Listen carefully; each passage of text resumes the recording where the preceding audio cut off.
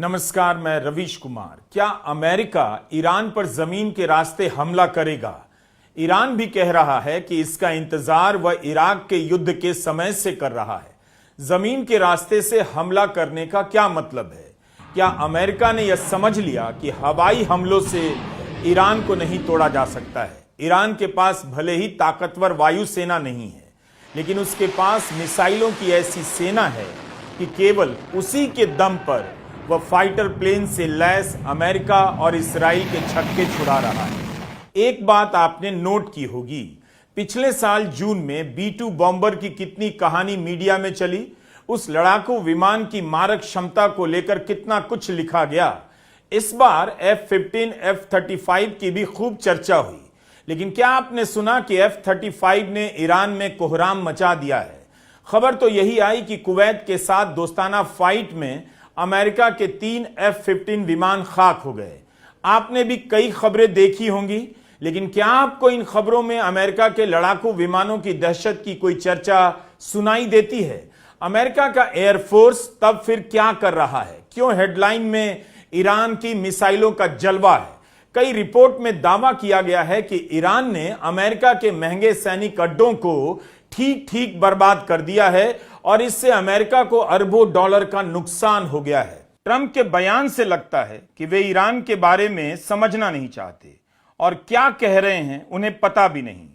Trump ने कहा है कि ईरान के साथ बिना शर्त सरेंडर के अलावा कोई डील नहीं होगी। उसके बाद शानदार नेताओं को चुना जाएगा। हम और हमारे साथी मिलकर ईरान को बर्बादी की कगार से वापस लाने के लिए काम करेंगे। हम ईरान को आर्थिक रूप से और बड़ा, और बेहतर, और शक्तिशाली बनाएंगे। ईरान का भविष्य शानदार होगा। Make Iran great again. इसी से लगता है ट्रंप ईरान के बारे में जानना नहीं चाहते, उसकी वास्तविकता से दूर हैं, जिसने कहा है कि अमेरिका के साथ अब बात नहीं होगी। सरेंडर की बात तो दूर है। अमेरिका के युद्ध सचिव पीट हेग्सेथ कह चुके हैं कि एक हफ्ते से कम समय में वे ईरान के एयर स्पेस पर पूर्ण कंट्रोल पा चुके होंगे। जहां चाहते हैं बम गिराएंगे। पीट हेग्सेथ ने कहा है कि ईरान पर आसमान से मौत और बर्बादी बरसेगी, बरस भी रही होगी। आगे इसी पर बात करेंगे कि ईरान की मिसाइलों के आगे अमेरिका और इजराइल की वायुसेना की कहानी क्यों गायब हो गई।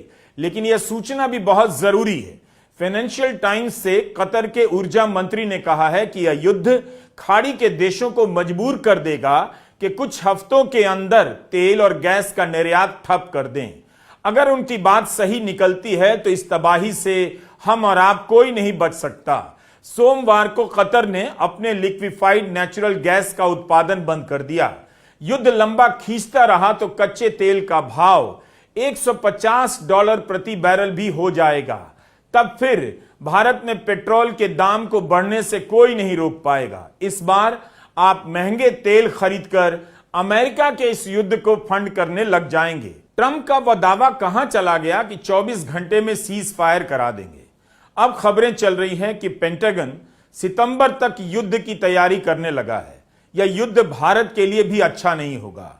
संयुक्त राष्ट्र के अनुसार इस युद्ध में अभी तक 3 लाख से अधिक लोग विस्थापित हो चुके हैं। ईरान में 1300 से अधिक लोगों के मारे जाने की खबर है। लेबनान में तबाही से फ्रांस परेशान हो गया है, क्योंकि इसकी सीमा से लगता है। फ्रांस के राष्ट्रपति मैक्रों ने कहा कि लेबनान के लिए शांति के कदम उठाने होंगे, तो ये अपनी चिंता में लेबनान की चिंता कर रहे हैं। ट्रंप कह रहे हैं इस तरह से हमला हो रहा है जिसे लोगों ने पहले कभी नहीं देखा, लेकिन किसी रिपोर्ट में इस बर्बादी का ठीक ठीक अंदाजा नहीं मिल रहा। ईरान में हमले की कवरेज की हालत इतनी खराब है कि CNN के एक रिपोर्टर की रिपोर्ट वायरल हो गई, जिसमें वो बता रहे हैं कि तेहरान में शांति है, दुकानें खुली हैं, पेट्रोल पंप चल रहे हैं। रिपोर्टर को हैरानी हो रही है कि तेहरान में कुछ भी फर्क नहीं। क्या वाकई ईरान में शांति ही होगी? शांति हो सकती है, लेकिन क्या युद्ध के असर को नजरअंदाज कर सकते हैं?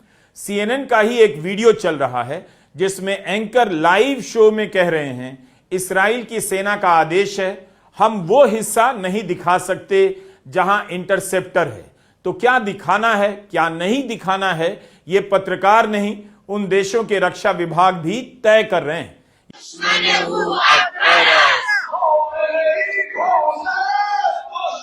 यह कौम शहर का वीडियो है। ईरान का बहुत ही पवित्र शहर माना जाता है। जुम्मे की नमाज के बाद हजारों की संख्या में लोग सड़कों पर निकले हैं और अमेरिका के खिलाफ नारे लगा रहे हैं, अमेरिका को शैतान बता रहे हैं। इन तस्वीरों से आप कह सकते हैं कि ईरान के लोग कितने बहादुर हैं। उन्हें पता है कि आसमान से कभी भी अमेरिका और इसराइल बम बरसा सकते हैं। इसके बाद भी लोग सड़कों पर निकल रहे हैं। अल जजीरा ने रिपोर्ट किया है कि इसराइल ने कौम के लोगों को चेतावनी दी है कि वे इंडस्ट्रियल एरिया खाली कर दें, वहां हमला होगा।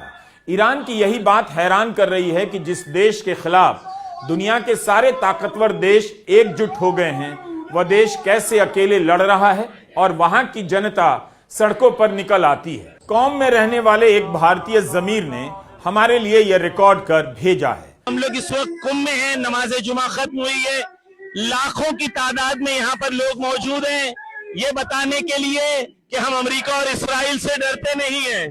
कह रहे मी जंगी मी मीरी साजिश ने मी पजीरी, यानी हम लड़ेंगे, हम मरेंगे, लेकिन कभी भी हम जालिम के सामने झुक नहीं सकते। ये देखें, हजारों की तादाद में जहां तक आपकी नजरें जाएंगी, आपको सिर्फ लोग ही लोग नजर आएंगे, ये बताने के लिए कि हम अमेरिका और इसराइल से डरते नहीं है। हजारों की तादाद में यहाँ लोग मौजूद हैं, जंग है, लेकिन ये लोग कह रहे हैं कि हम जंग से नहीं डरते, हम अपनी कौम, अपनी मिल्लत के साथ हैं, इमाम हुसैन के मानने वाले हैं, करबला के मानने वाले हैं, कभी भी सर झुक नहीं सकता, सर कट सकता है लेकिन झुक नहीं सकता। भारत के टीवी चैनलों पर खबरें कम हैं, मिसाइलों के एनिमेशन ज्यादा हैं। युद्ध कहीं भी हो, कभी भी हो, लगता है हर बार वही मिसाइलें चलने लगती हैं। इस युद्ध का चेहरा ईरान की मिसाइलें हैं। गोदी चैनलों के कवरेज की सबसे अच्छी बात है कि रिटायर लोगों को एक्सपर्ट के रूप में राय देने का काफी मौका दिया जाता है, जिससे उनका टाइम ठीक ठाक कट जाता होगा, वरना ये लोग अपने मोहल्ले में झगड़ा कराने लग जाते। जिस देश की सरकार इस युद्ध को लेकर प्रेस कॉन्फ्रेंस नहीं करती, उस देश में राय देकर ये एक्सपर्ट शून्य भरने का काम कर रहे हैं। भारत के सूचना प्रसारण मंत्रालय ने 4 हफ्तों के लिए रेटिंग पर रोक लगा दी है। रेटिंग एजेंसी बार को बाकायदा आदेश दिए गए हैं। इस आदेश पत्र में सूचना एवं प्रसारण मंत्रालय ने कहा है कि कुछ चैनल सनसनी फैला रहे हैं। इसके कारण मध्य पूर्व के देशों में रहने वाले लोगों के परिवारों के बीच, जो भारत में हैं, घबराहट फैल सकती है। इसलिए बार को आदेश दिया गया है कि रेटिंग का प्रकाशन ना हो। क्या रेटिंग के प्रकाशन नहीं होने से गोदी मीडिया अपनी आदत छोड़ देगा?